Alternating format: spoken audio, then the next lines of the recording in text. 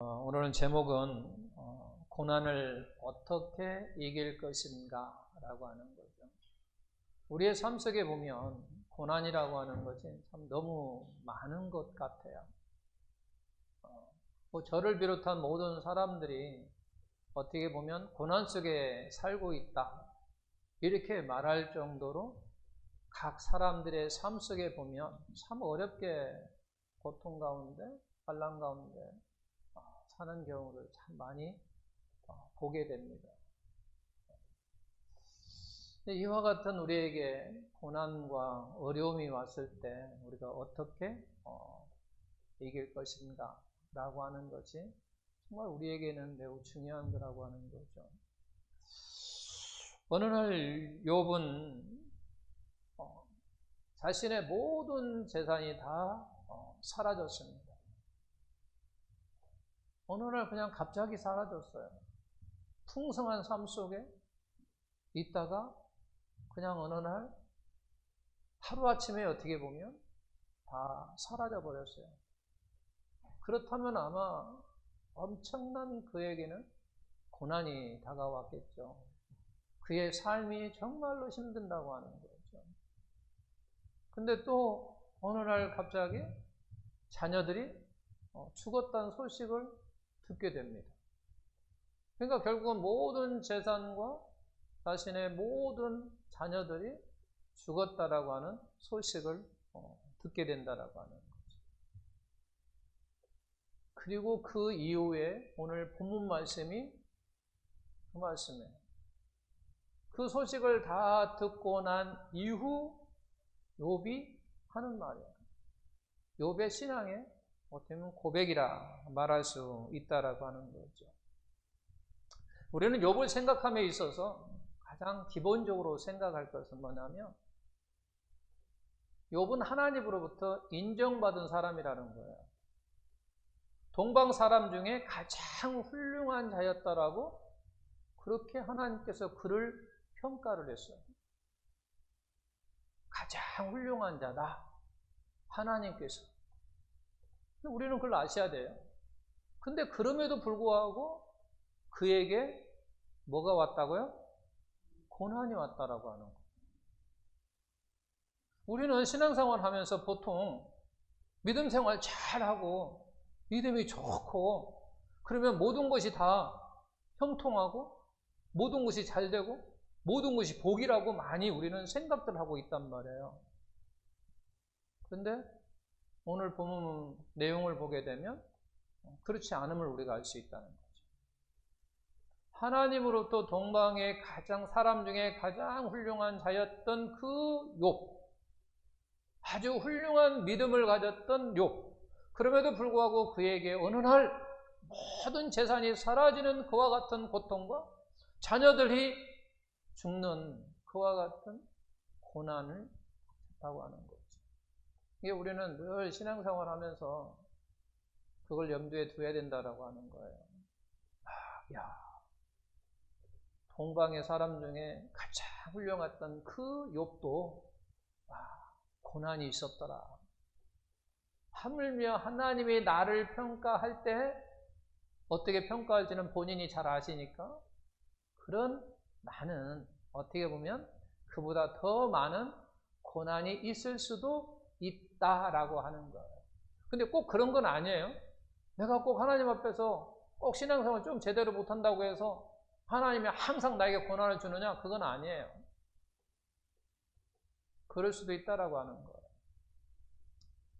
또 우리는 무엇을 알 수가 있냐면 그렇게 하나님으로 인정을 받았던 그 욥. 이제 본문의 내용을 쭉 읽어보면 나도 하나님으로부터 인정받을 수 있는 그와 같은 신앙의 모습을 볼 수 있다라고 하는 거예요. 욥에게 그걸 본다고 하는 거죠. 하나님의 욥을 인정했다는 얘기예요. 그 모습을 쭉 우리가 말씀을 보다 보면 어떻게 하나님께서 그의 신앙을 그렇게 가장 훌륭한 자라고 그의 신앙을 평가했는지 그 모습을 볼 수가 있다라고 하는 거예요. 근데 우리는 그 모습이 정말 대단할 것으로 생각해요. 하나님이 그렇게 훌륭하게 칭찬하고 평가를 했으니까 뭔가 욥이 막 대단한 어떤 믿음을 가졌는 것으로 우리는 생각한단 말이에요. 근데 한번 말씀 보십시오. 우리가 생각하는 그런 게 아닌 것을 우리가 알 수가 있어요.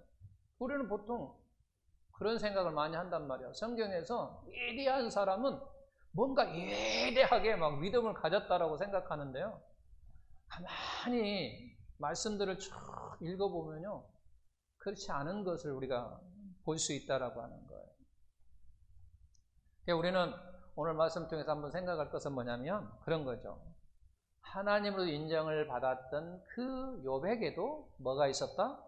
고난이 있었다라고 하는 거예요. 우리는 우리의 신앙에 생각하는 것을 바꾸셔야 됩니다. 내가 예수님을 잘 믿으면, 신앙생활 열심히 하면 모든 일이 잘 될 것이고, 모든 것이 복이 될 것이고, 모든 것이 형통할 것이고, 모든 것이 성공할 것이고 라고 하는 생각만 가져서는 그 사람은요, 시험에 빠지기 쉬워요. 하나님은 절대로 그렇게 하지 않으셨거든요. 근데 나는 그런 생각을 하고 있으면 내가 시험에 빠질 수밖에 없다라고 하는 거예요. 그래서 그런 생각을 하셔야 된다라고 하는 거예요. 하나님께서는 나에게 기쁜 날도 주시지만 그렇지 않은 것도 주신다라고 하는 거죠. 우리는 또한 욥이 고난을 이기었다라고 말을 합니다. 고난을 이기었다.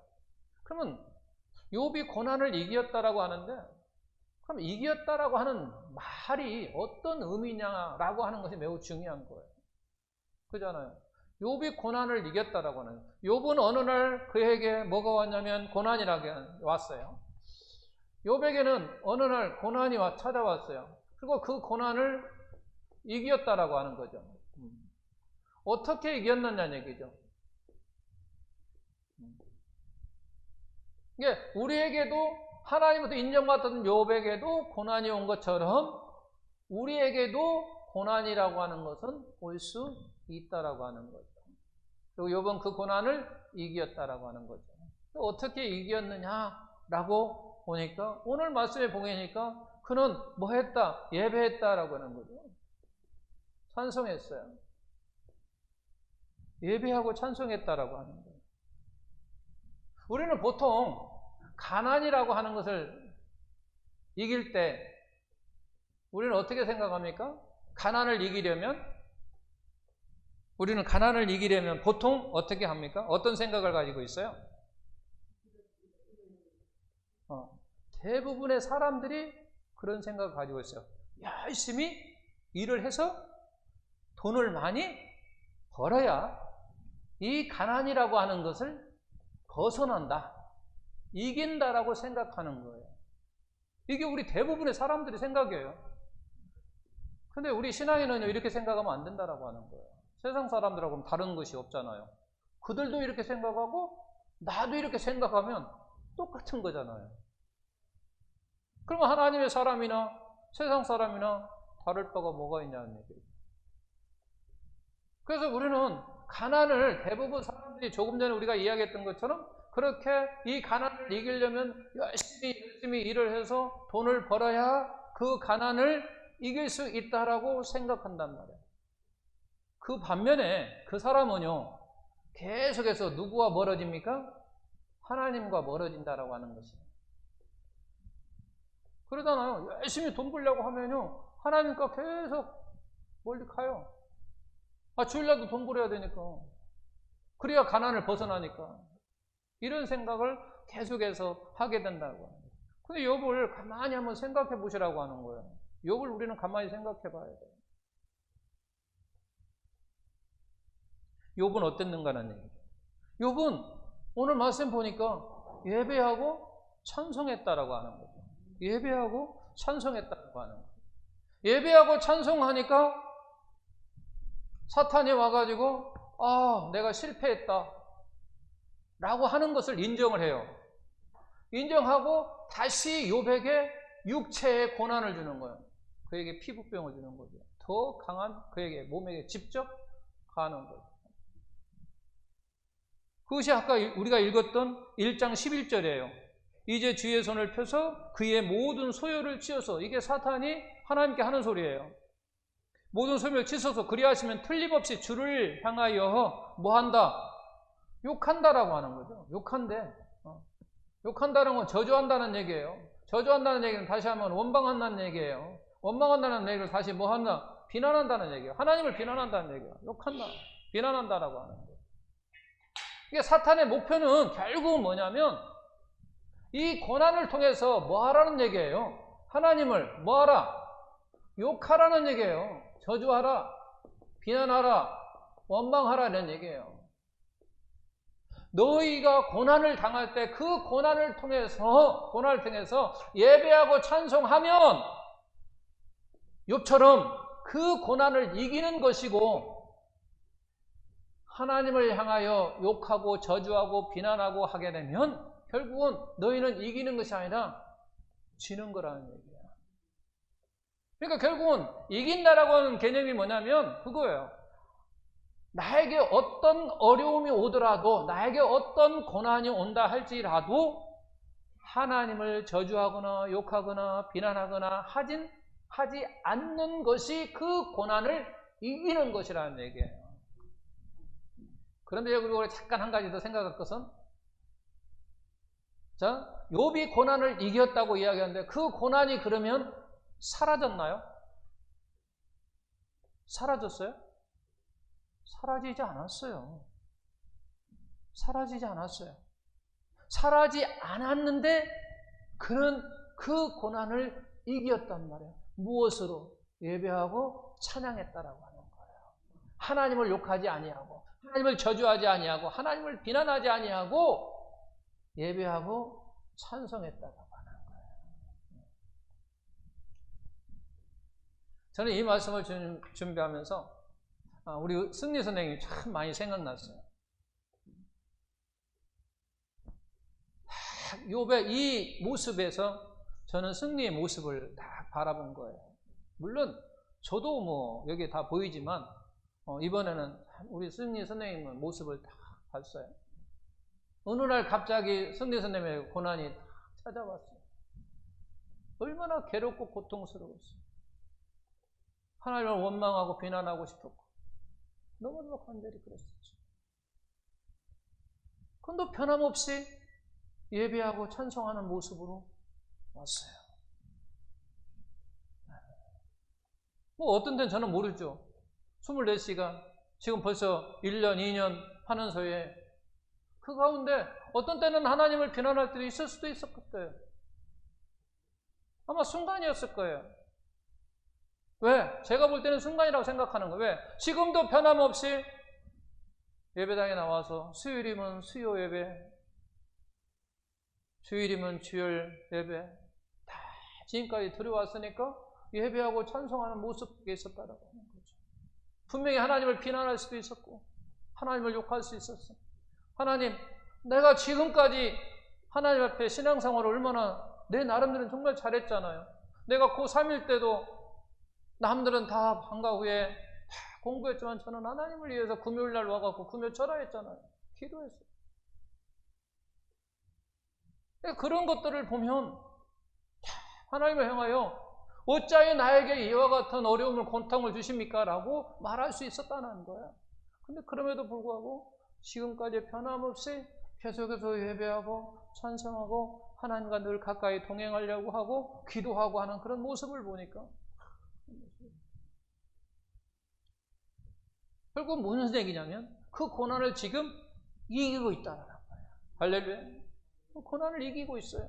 그렇다고 그 고난이 그냥 다 사라졌느냐? 아니에요. 고난은 지금 내가 가지고 있어. 가지고 있음에도 불구하고 나는 그 고난을 지금 이기면서 하나님께 찬양하고 예배하고 기도하고 하고 있다라고.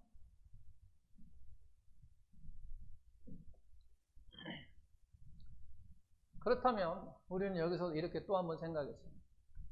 욥은 어떻게 이 고난을 이길 수 있었을까라는 거죠.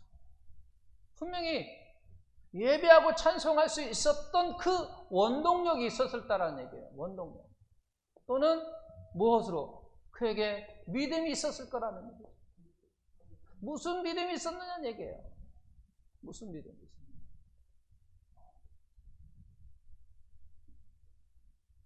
그에게 고난이 찾아왔을 때 하나님을 향하여 욕하지 아니하고 예배하고 찬송하고 기도하는 이러한 모습 속에서 그렇게 할 수 있었던 원동력이 그에게 있었을 거라는 거예요. 그에게 믿음이라고 하는 게 있었다는 거죠. 그럼 그 믿음이 무엇이냐는 얘기죠. 그가 가지고 있었던 믿음이 어떤 믿음을 가지고 있었기에 그에게 고난이 찾아왔음에도 불구하고 예배하고 찬송하고 기도할 수 있었느냐라고 하는 거예요. 우리는 이 믿음이라고 하는 말을 이해할 필요가 있어요. 이 믿음이라고 하는 건 두 가지 요소가 들어있어요. 요소. 항상 믿음이라고 하는 말을 우리가 이해할 때 두 가지를 생각해요. 믿음의 대상이 있어요. 믿음의 대상. 누구를 믿을 거냐는 얘기예요. 누구예요? 우리는 하나님이에요. 그럼 무엇을 믿느냐는 얘기예요. 믿음의 내용이 있어요. 무엇을 믿습니까? 우리는 무엇을 믿어요?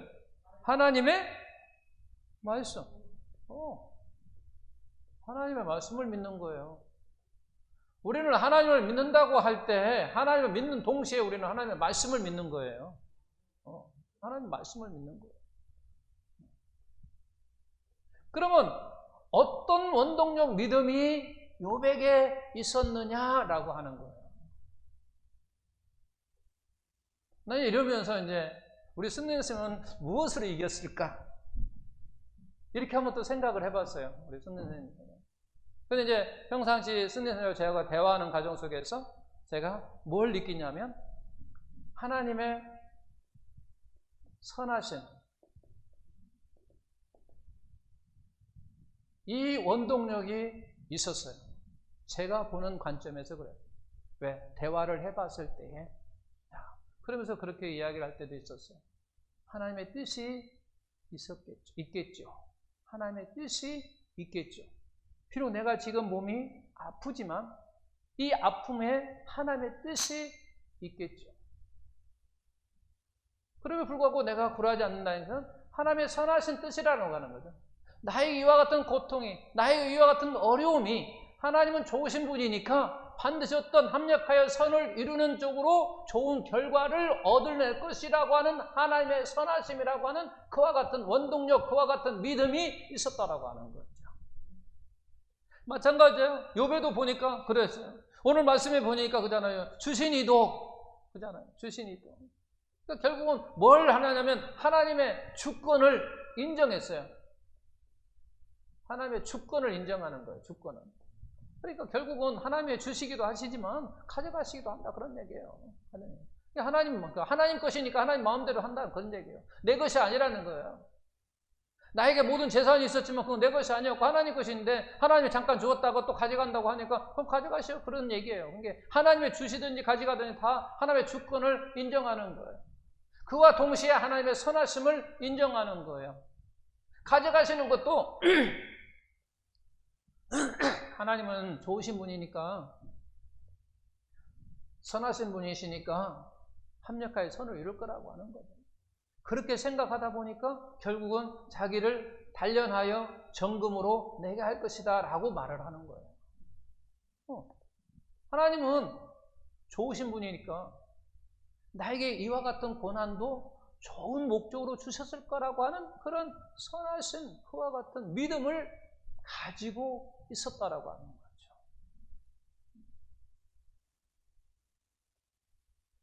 그것 가지고 그 고난을 이겼다라고 하는 거예요. 이게 하나님의 주권을 인정하고 하나님의 선하신 그와 같은 믿음을 가지고 그와 같은 고난을 이겼다라고 우리가 말할 수 있다라고 하는 거죠. 자, 그러면서 이제 8절 우리가 8절에서 10절까지 다 같이 읽어보겠습니다. 8절, 10절 다 같이 시작. 욥이 제 가운데 앉아서 질그릇 조각을 가져다가 몸을 긋고 있더니 그의 아내가 그에게 이르되 당신이 그래도 자기의 온전함을 굳게 지키느냐? 하나님을 욕하고 죽으라. 그가 이르되 그대의 말이 한 어리석은 여자의 말 같도다. 우리가 하나님께 복을 받았은즉 화도 받지 아니하겠느냐 하고 이 모든 일에 욥이 입술로 범죄하지 아니하니라. 이 내용을 보게 되면 누구와 지금 누구의 대화입니까? 욥과 욥의 아내가 지금 대화를 하고 있어요. 대화를 하고 있단 말이야. 근데 아내가 지금 욥을 뭐 하고 있냐면 비난하는 것을 알 수가 있어요. 비난하는 거.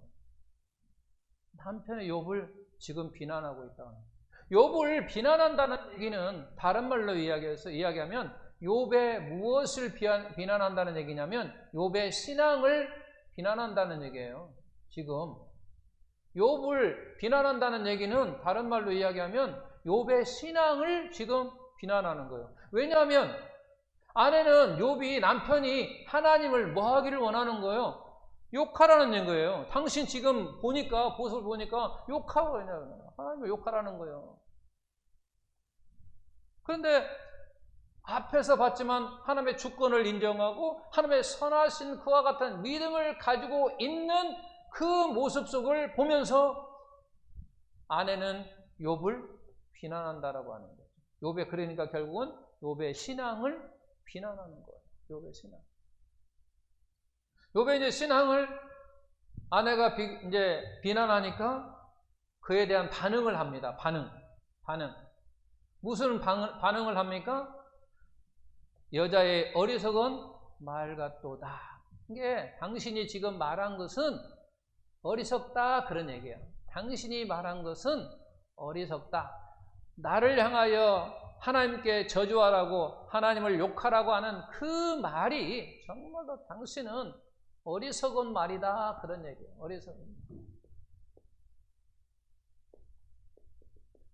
어리석은 말이다. 어리석다고 하는 말 의미가 무엇을 지금 의미하느냐는 얘기예요. 지금 욥이 아내를 향하여 당신은 어리석다라고 이야기했는데 그 어리석다라고 하는 의미가 어떤 의미냐는 얘기죠. 어떤 부분에서 어리석다는 얘기예요. 지금 아내의 전체를 이야기하는 게 아니에요. 이 말씀 가운데서 지금 우리가 찾아야 되는 거예요. 지금 8절, 10절 가운데 아내의 어리석음이 뭐냐라고 이야기할 때 하나님에 대해서 뭐 하는 거예요? 무지예요, 무지. 알지 못하는 것. 하나님에 대해서 무지한단 말이에요. 그러면 하나님의 무엇에 대해서 무지합니까? 욥이 말하는 것은 지금 뭐예요? 앞에서 말한 하나님의 주권. 여기도 이야기하잖아요. 하나님이 복도 주시고 화도 주시지 않겠느냐. 그러니까 하나님의 마음이란 말이야. 하나님의 마음. 하나님의 주권이라는 얘기야. 하나님의 주권. 하나님의 마음대로 하는 그와 같은 것을 당신은 지금 알지 못해. 당신 말은 지금 어리석은 거야. 왜? 하나님은 복도 주시지만 복만 주시는 게 아니라 화도 주실 수도 있고 화도 주시는 분이야 라고 지금 말하는 거예요. 이게 하나님의 주권을 욥은 인정하는데 지금 아내는 인정하지 않는 거예요. 왜? 왜냐하면 지금까지 자기 남편은 동방에서 가장 훌륭한 믿음을 가지고 있었던 사람이란 말이야. 그러니까 모든 일에 아내가 생각할 때는 모든 것이 다 형통해야 되고 모든 것이 잘 돼야 되고 모든 것이 평탄해야 되고 그래야 된다는 얘기예요. 아내의 신앙은 그런 신앙이에요. 근데 욥이 지금 보니까 당신의 지금 그러다 보니까 하나님이 그에게 어려움을 딱 주니까 당연히 저주해야 맞는다는 얘기예요. 비난해야 맞는다는 얘기예요. 욕해야 맞는다는 얘기예요. 그런데 그 말을 지금 욥이 아내에게 이야기하잖아요. 그 말은 어리석은 거다라고 하는 그 말은 결국은 하나님에 대해서 그는 무지했는데 하나님이 어떤 부분에 무지했느냐라고 이야기할 때 하나님의 주권, 결국 하나님의 주권, 하나님의 선하심에 그런 무지했다라고 하는 거예요. 그의 결과가 뭐였어요? 결과. 하나님의 주권을 모르고 인정하지 않고 하나님의 선하심을 모르는 그 결과가 뭐였어요? 하나님을 결국은 뭐 하는 사람이 됐어요? 아니, 아내. 욕하는 사람이 됐다는 얘기예요. 그게 무슨 얘기냐면, 간단히 얘기하면, 하나님의 주권을 인정하지 못하고 하나님의 선하심을 모르면 하나님을 향하여 저주하고 비난하고 욕할 수 있다라는 거예요. 욥의 아내는 결국은 그렇다는 얘기예요. 욥의 아내는 결과가 뭐냐면 욕하는 여인이 되었다라고 하는 거예요. 욕하는 여인. 근데 하나님의 주권을 알고 하나님의 선하심을 가지고 있는 그와 같은 믿음을 가진 욥은 뭐 하는 사람이 됐어요? 욕을 하지 않는 사람이 되었다는 얘기예요. 욕하지 않는 사람. 1번, 2번 됐다는 거예요. 결국은 결론은 무슨 얘기냐면 그런 얘기예요. 나라는 사람도 고난이 찾아왔을 때 하나님의 그 주권과 하나님의 그 선하심을 알지 못하면 나 역시 하나님을 뭐 할 수 있다는 거예요. 저주하고 비난하기도 할 수 있고 욕할 수도 있고 심하면 교회 다녀도 별 볼일 없대 라고 말할 수 있다는 거예요. 그게 결국은 하나님을 대적하는 거잖아요. 그럴 수 있다는 거예요. 근데 욥은 그렇지 않았다라고 하는 거예요. 하나님의 주권을 그는 알았어요. 하나님에 대해서 알았다는 거예요. 하나님을 알았어요. 하나님에 대해서 무엇을 알았느냐라고 이야기할 때 본문을 통해서 보면 하나님의 주권을 알았다는 얘기예요. 하나님의 주권을 알았다는 거예요. 그리고 하나님의 선하심을 알았다는 거예요. 그 반면에 아내는 그 하나님의 주권을 몰랐고 그 하나님의 선하시라고 하는 것, 하나님은 좋으신 분이라고 하는 것을 몰랐다는 얘기예요. 어떻게 보면 조건적인 그와 같은 신앙을 가지고 있었어요. 내가 잘하니까 하나님이 나에게 복 주셨고, 내가 열심히 하니까 하나님이 나에게 형통해 주셨고, 내가 열심히 하니까 하나님께서 나에게 은혜를 베푸셨어 라고 하는 거죠. 그렇지 않으니까 할 때는 바로 저주한다.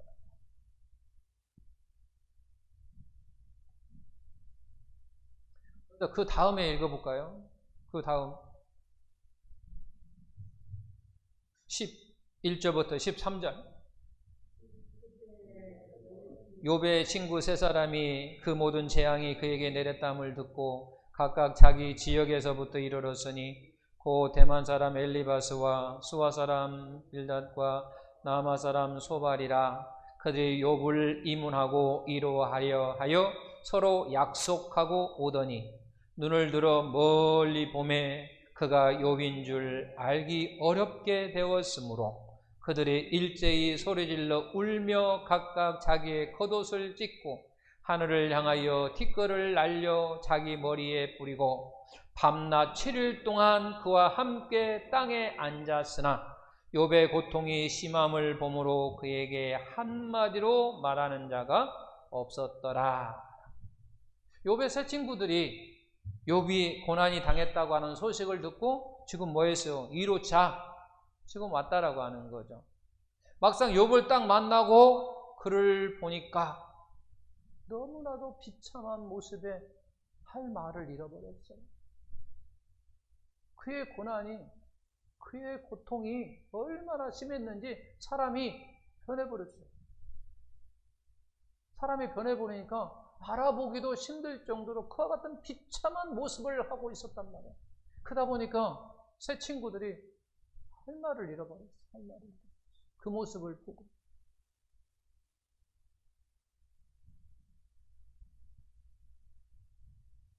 제가 아팠을 때 한 집사님이 찾아와서 할 말을 못하고 울고 계셨었어요. 제 모습을 보고 할 말을 못하고 병문안을 왔다 할 말을 못하고 울기만 하시더라고요. 왜? 그 집사님 모습 속에서는 저라고 하는 사람은요 아주 건강한 사람으로 인식되어 있어요. 군인으로서 훈련된 단단함, 그리고 늘 운동을 좋아하니까 운동으로 다져진 체력, 그 모습을 늘 옆에서 그런 모습만 보아왔어요. 그러다가 몇 년 못 본 사이에 아프다고 병원에 와서 보니 사람이 노랗게 변해 있으니 참 한심한 거. 할 말을 못하고 울고만 눈물만 흘리기가 같다. 바로 그거예요. 지금 욥의 새 친구들도요. 바로 그거예요. 와서 보니까 욥이 아닌 거예요. 너무 비참한 모습에 요거는요 뭐라고 했어요? 7일 날밤을 할 말을 못했어요. 7일 날밤 7일 동안 낮이고 밤이고 아무 말도 못하고 있었다. 그러니까 욥의 모습이 얼마나 비참했는지를 알 수가 있어요. 그렇잖아요. 아내 앞에서도요 몸이 너무너무 가려워서 조각으로 몸을 막, 여러분도 한번 가려운 데 있으면 사람 그잖아요. 정말 힘들잖아요. 얼마나 힘드니까. 저도 이 발바닥 조그마한 반점이 하나 있으면서 참 그 가려움으로 저를 괴롭히거든요. 어떤 때는요 막 이렇게 긁어도 시원하지 않으니까 어떤 때 막 그런 생각이 들어요. 칼로 확 그냥 오려냈으면 좋겠다. 가려움에 그 막 그런다는 얘기. 막 괴로우니까 그런다는 얘기. 근데 이 조그마한 반점 하나가 그렇게 가려움에 고통스러운데 요걸 생각하면 참, 그러니까 뭐 말도 못할 거잖아요. 이제 그러다가 이제 7일 후에 친구들이 그를 위로한다고 하고 이야기를 하는 거예요. 그죠? 이야기를 합니다. 이야기를 하는 가운데 이야기를 안 했으면 모르는데 이야기를 하니까 문제가 발생했어요. 문제가 발생했어요. 그건 다음 주에 하겠습니다. 벌써 50분이네. 그러니까 여러분도 이 말씀을 가지고 가만히 이제 한번 생각을 해보십시오. 욥과 그 세 친구가 차이가 있어요. 이처럼 욥과 욥의 아내가 차이가 있었잖아요. 신앙의 차이가 있었어요. 그런 것처럼 욥과 욥의 세 친구가 차이가 있어요. 그러니까 차이가 있으면 이런 결과가 또 나와요. 그러니까 욥과 욥의 아내가 신앙의 차이가 있으니까 한 사람은 하나님을 욕하는 사람이 됐고 한 사람은 욕하지 아니하는 사람이 됐단 말이에요. 마찬가지예요. 욥과 욥의 친구도 서로 이제 어떤 결과가 나오겠는가. 두 사람을 한번 여러분들 생각을 해봐요. 묵상을 한번 해보세요. 욥과 욥의 친구가 어떤 차이가 있었는가. 욥과 욥의 아내가 신앙의 차이가 있음으로 말미암아 한 사람은 하나님을 욕하는 사람이 되었고 한 사람은 하나님을 욕하지 아니하는 사람이 되었다. 나도 얼마든지 고난이 왔을 때 해. 우리가 여기에서 한 가지만 짚고 넘어갈게요. 욥과 욥의 아내가 평상시